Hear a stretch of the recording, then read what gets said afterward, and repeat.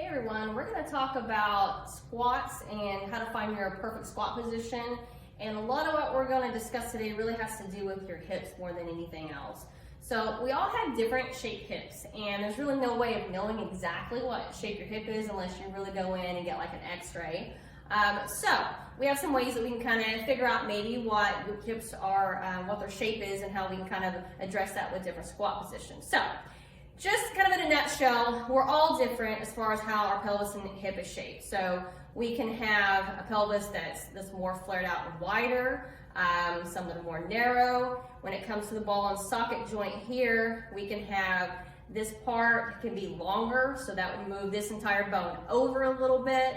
All these things affect how this is going to flex up when we move. Sometimes this can be a little more shallow. So you know those people that can like really drop super low into a squat, they just have a really open hip position here and it allows them to do that. Some people truly don't have that. So if you're trying to do a low squat, you literally may be running bone into bone and you're pushing something that really shouldn't happen.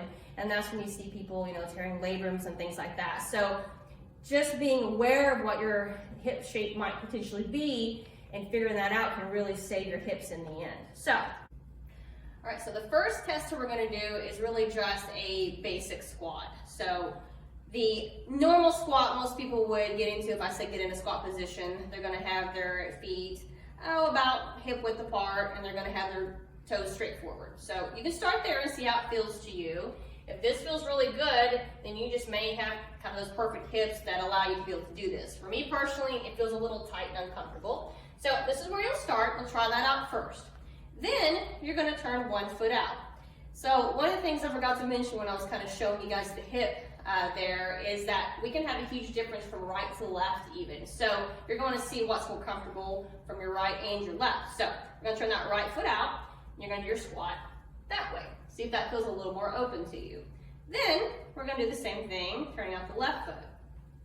This is kind of similar to when you go to the eye doctor and they kind of do the better or worse thing. That's actually what you're doing with all of these. So now you've tried out what it feels like with right and left.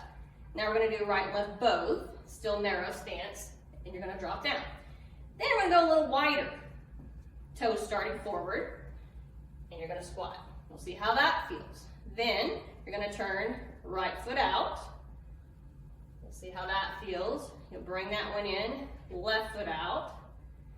We'll see how that feels. So you're just trying to test out everything here. Both feet out, drop down.